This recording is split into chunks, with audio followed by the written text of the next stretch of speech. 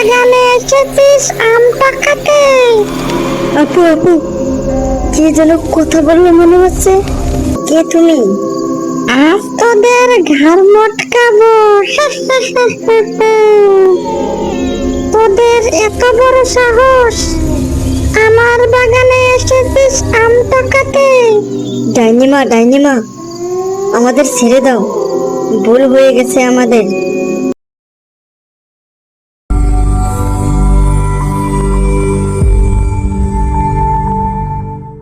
আপু, আজ অনেক আম পাবো।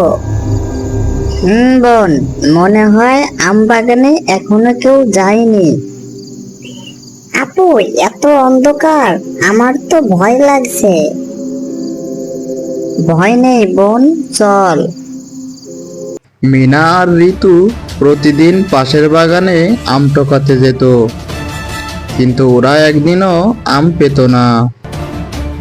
তাই তারা আজ অনেক রাত থাকতেই চলে আসে আম বাগানে। কি ব্যাপার আপু, একটা আমও তো দেখি না। তাই তো দেখছি, কিন্তু আম তো থাকার কথা। মিনা আর ঋতু আম বাগানে এসে দেখে একটা আমও নেই। তাই তারা মন খারাপ করে বাড়ির দিকে যাওয়ার সিদ্ধান্ত নেয়। চল বোন, বাড়ির দিকে যাই। কি ব্যাপার আপু, কে যেন একটা আম ফেঁকে মারলো মনে হচ্ছে। কই দেখি। তোরা আম বাগানে এসেছিস আম পাকাতে? আপু আপু, কে যেন কথা বললো মনে হচ্ছে। বোন, মনে হচ্ছে কোনো ডাইনি। আপু, আমার তো খুব ভয় করছে। ভয় নেই বোন। কে তুমি? আজ তোদের ঘাড় মটকাবো। তোদের এত বড় সাহস, আমার বাগানে এসেছিস আম পাকাতে? ডাইনিমা ডাইনিমা, আমাদের ছেড়ে দাও, ভুল হয়ে গেছে আমাদের। আমরা আর আসবো না।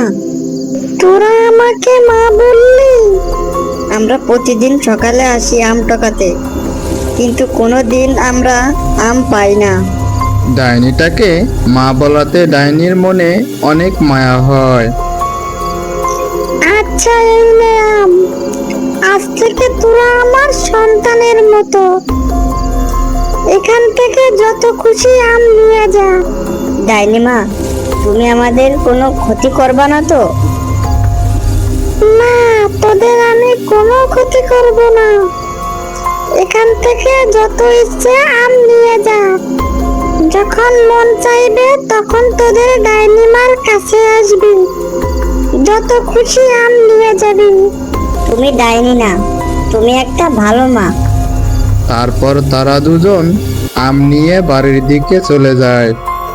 বন্ধুরা, গল্পটি কেমন লাগলো অবশ্যই কমেন্টে জানাবেন। আর এমন সব মজার মজার ভিডিও পেতে চ্যানেলটি সাবস্ক্রাইব করে সাথে থাকবেন।